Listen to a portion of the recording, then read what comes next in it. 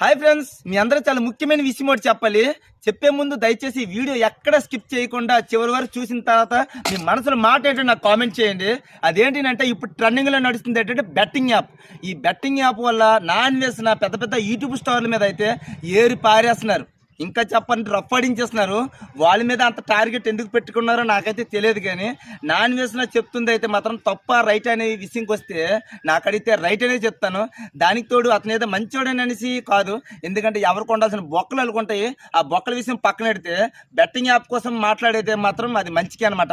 ఎందుకంటే ఆ betting app వల్ల ఎంతమంది నష్టపోయినారో, ఎంతమంది లాస్ అయిపోయినారో, ఎంతమంది చనిపోయినారో, ఎంతమంది పురుగుల మంది తాగి చనిపోయినారో, హాస్పిటల్ పాలయ్యే వాళ్ళు, ముగుడు పిల్లల మీద కలతలు సృష్టించి పుట్టింటికి వెళ్ళిపోయే వాళ్ళు ఎంతో మంది ఉన్నారు. ఇలాంటి విషయానికి వస్తే కొన్ని వందల మంది ఉన్నారు.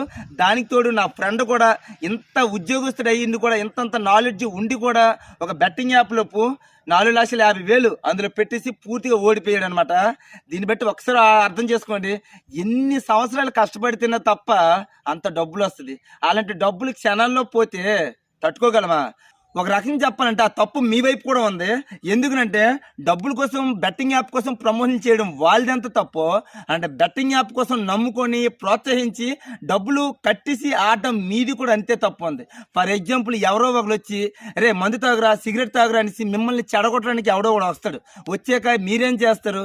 తెలుసుకున్నవాడు ఎవడైనా వచ్చి మందు తాగడం వల్ల లివర్ పోతుంది, సిగరెట్ తాగడం వల్ల క్యాన్సర్ వస్తుంది అని తెలుసుకున్నవాడు అవన్నీ పక్కనెట్టేస్తాడు.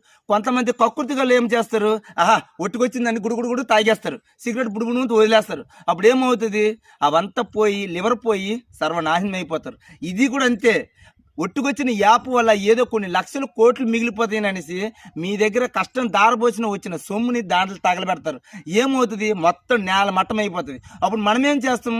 అది శోభించి నాశనం అయిపోయి హాస్పిటల్ పాలైపోయి ముగుడి పిల్లల మీద సరిగ్గా హ్యాపీగా సంతోషం లేకుండా ఎంతోమంది ఎన్ని ఇబ్బందులు పడుతున్నారో అనుభవించే వాళ్ళు మీకన్నా అనుభవంతులు ఇంకెవరు లేరని అనుకుంటా.